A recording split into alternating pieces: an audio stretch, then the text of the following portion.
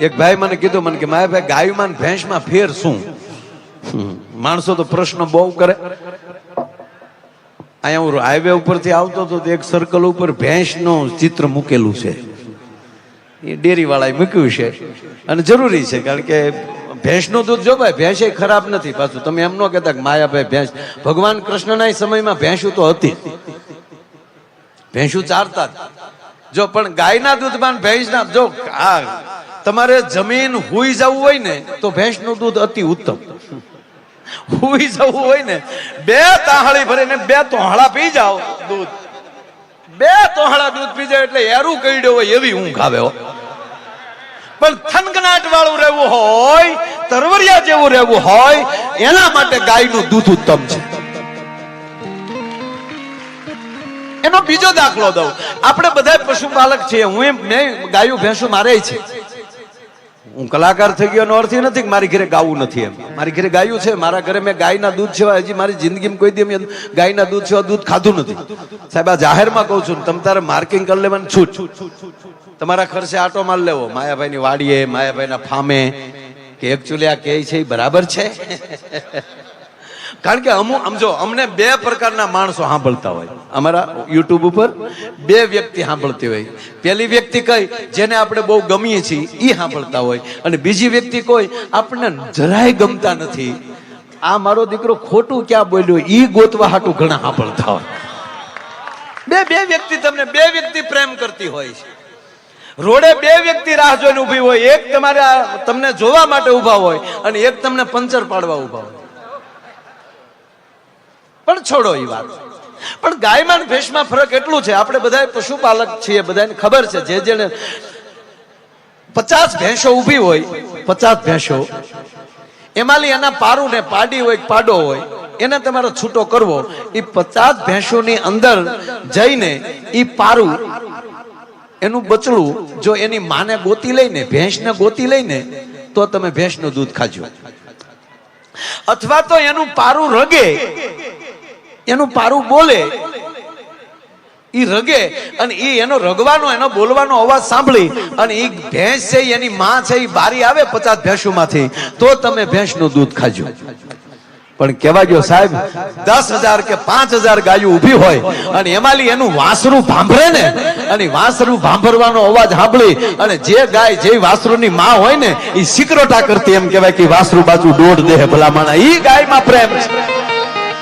અથવા તો એ વાસરું ને છૂટું કરો એટલે એની માં પાસે જઈને જ ઊભું રહે. ઓલો પાડો તો 10 ભેહું પાસે જાય, 10 જગ્યાએ હિંગડા ખાય, ત્યારે મમ્મી સુધી પોગે. અને પાછું નામે પાડો, મરદનું બાસકું પાડો એટલો. હા, જો દરેક પ્રાણીના નામ બદલે. દરેક, આપણે માણસ છીએ તો આપણો જન્મ થાય એટલે આપણે બાળક કહેવાય, પછી યુવાન કહેવાય, બરોબર? આપણે આપણી ઉંમર પ્રમાણે આપણું નામ, ચેરમેન સાહેબ ક્યાં ગયા?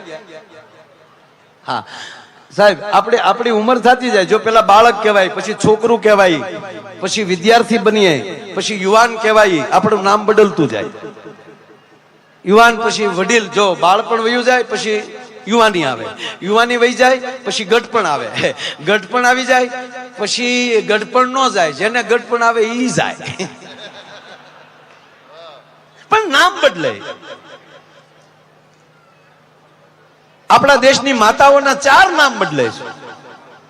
જન્મ થાય છે ત્યારે નામ દીકરી છે, થોડીક મોટી થાય એટલે ભાઈની યારે પ્રેમ થાય, બેન ભાઈનો સ્નેહ વધે એટલે એનું બીજું નામ પડે બેન. એ જ દીકરી જયારે 4 મંગળ ફરી અને પારકે પાદર વહી જાય ત્યારે એનું ત્રીજું નામ પડે છે વહુ. અને કહેવાય ગયો એ જ જગદંબા જેથી બાળકને જન્મ આપે ને ત્યારે એનું ચોથું નામ પડે છે, એનું નામ છે માં. એ માથી મોટું જગતમાં પછી દુનિયામાં કોઈ નથી ભલા માણસ. માથી મોટું કોઈ નહીં, જળ જળ કે જગદીશ. અને પછી એને સૌ કોઈ નમાવે શીશ, ઓલું અંબા આગળ આલિયા. માથી મોટું પછી કોઈ નથી હો. હા, માની માં થવા જાય ને એને નાની કહેવી પડે. માની માં હોય ને એને નાની કહેવાય, મોટી ન થઈ શકે. અને હું તો કાયમ એક વાત કરું છું કે ડુંગર ઉપર તમામ આપણી માતાજીઓ બેઠી છે અને કોટી કોટી પ્રણામ. આ દેશ છે એ માનો દેશ. માં અંબા આબુ ઉપર બેઠી છે. ગિરનાર ઉપર માં બેઠી છે, ચોટીલાના ડુંગર ઉપર, બધી ડુંગર ઉપર બેઠી છે. પણ એ ડુંગર ઉપર બેઠી આપણને આશીર્વાદ કેદી આપે ખબર? આપણા ઉંબરમાં, આપણા ઘરને આંગણે આપણી જન્મદાત્રી જેને આપણને જન્મ આપ્યો છે ઈ માં આપણી ઉપર મોજમાં હોય ને તો પછી આપણી ઉપર એમ કહેવાય કે કુળદેવી જગદંબા આપણી ઉપર મોજમાં રહેતી હોય. એટલે દરેકના નામ બદલે. આપણું ડાયરેક્ટ દીકરીમાંથી કહું ને કે એ બેન બને, બેનમાંથી વહુ, વહુ પછી માં, એમ આપણે તે યુવાન ભાઈ બનીએ, પછી બાપા બનીએ, પછી દાદા બનીએ, પછી દુનિયાને બનાવીએ. એક ભાઈને કોકે પૂછ્યું કેટલા દીકરા હતા? કે 4 દીકરા. તમારા દીકરા કરે શું ધંધો? તાકે એક ખેતી કરે ને એમ કે બીજો બિન ખેતી કરે. ખેતી ને બિન ખેતી કરીને પ્લોટ વેચે, એમ સારી વાત. એક છોકરો ખેતી કરે, એક બિન ખેતી કરે, ત્રીજો શું કરે? તક જે હામો મળે એનું કરે. નામ અલગ અલગ થતું હોય. અથવા તો ઊંટ હોય, એ ઊંટને ડાયરેક્ટ ઊંટ નથી કહેવાતું. નાનો હોય ત્યારે બોતડું, પછી ઊંટ થાય. બળદ છે તો પેલા વાછડો, વાસરું, વાસડો, પછી બળદ થાય. પણ મર્દનો દીકરો એક જ પાડો. જન્મે તોય પાડો, મોટો થાય તોય પાડો, જવાન થાય તોય પાડો, મરી જાય ત્યાં સુધી પાડો.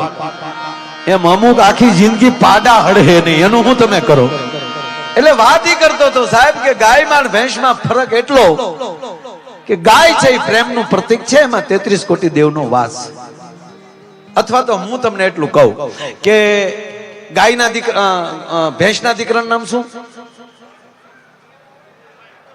તમે ધ્યાન આપજો બધા. હું તમે જેમ મને સાંભળો છો ને એમ હું ખીલી. એક તો એટલા કિલોમીટર કાપીને આવ્યો છું, એમાંય આજનો ઉતારા અમે પોલીસના કર્યા છે, SRP ના. અમારા ડીવાયએસપી SP સાહેબના ચાર્જમાં છે અત્યારે ચૌધરી સાહેબ, એને ત્યાં મહેમાન ગતિ કરીને આવ્યા છે.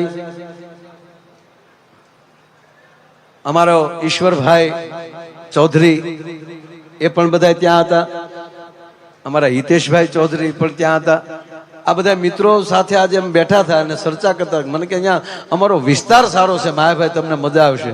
કારણ કે ઘણી વાર આવ્યો છું. અમારો બચ્ચુ દયોદરથી, બચ્ચુભાઈ દેસાઈ, આ યુવાનોને બધાને ઓળખું છું, કહેવાનો મતલબ. એટલે અહીંયા અમારા ચેરમેન સાહેબ પણ આપણા અહીંના ટ્રસ્ટી છે, પોતે ડેરીના ચેરમેન છે પોતે. એટલે હું વાત, મને એ બધા કરતા એટલે હું વાત કરતો હતો. મેં કીધું આપણે ગાયો રાખવી, ભેંસો રાખવી નક્કી આપણે કરવાનું. તો ભેંસના દીકરાનું નામ શું? એના પુત્રનું નામ શું નામ? યાર એમ નો પાડો, એમ નો કહેવાય, પાડેશ. હા યાર, એને વિવેકથી, કોઈને આપણે અવિવેકથી બોલાવાના જ નહીં યાર. બરાબર? એનું નામ પાડો. બરાબર? પાડા ઉપર કોણ બેસે બાપુ? પાડા ઉપર કોણ બેસીને આવે? યમરાજ. બરાબર? હવે મારે બીજું એ કેવું, ગાયના દીકરાનું નામ શું? નંદી. ધર્મ, બળદ. નંદી ઉપર સવાર કોણ હોય? નામ આપો. નંદી ઉપર કોણ સવાર હોય? એક આરે બોલો. મહાદેવ હોય ને. હવે આપણે નક્કી કરવાનું છે કે આપણા ઘરે કોને લાવવા. એ પાડા જો ઘરમાં ફળિયામાં આટા મારતા હશે તો કોક દી યમ આવશે, પણ આપણા ફળિયામાં નંદી આટા મારતો હશે તો ભગવાન મહાદેવ કોક દી આટો મારવા આવશે. અને એટલે સાહેબ આજ ગાયો માટે મળ્યા છે ત્યારે આજ મને આનંદ એવો છે કે મોર બની થનગાટ કરે મન, મોર બની થનગાટ કરે, મોર બની થનગાટ કરે મન, મોર બની થનગાટ કરે.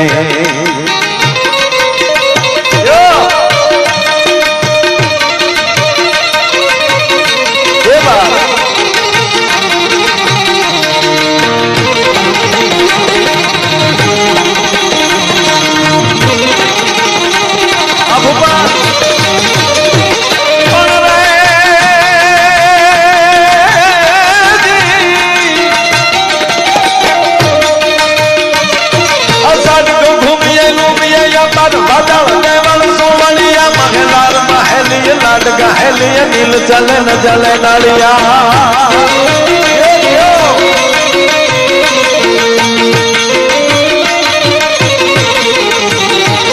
घूमिए लूमिया पर बदल देवल सोवरिया मगलार महलिया लाड गहल नील चले न जले नालिया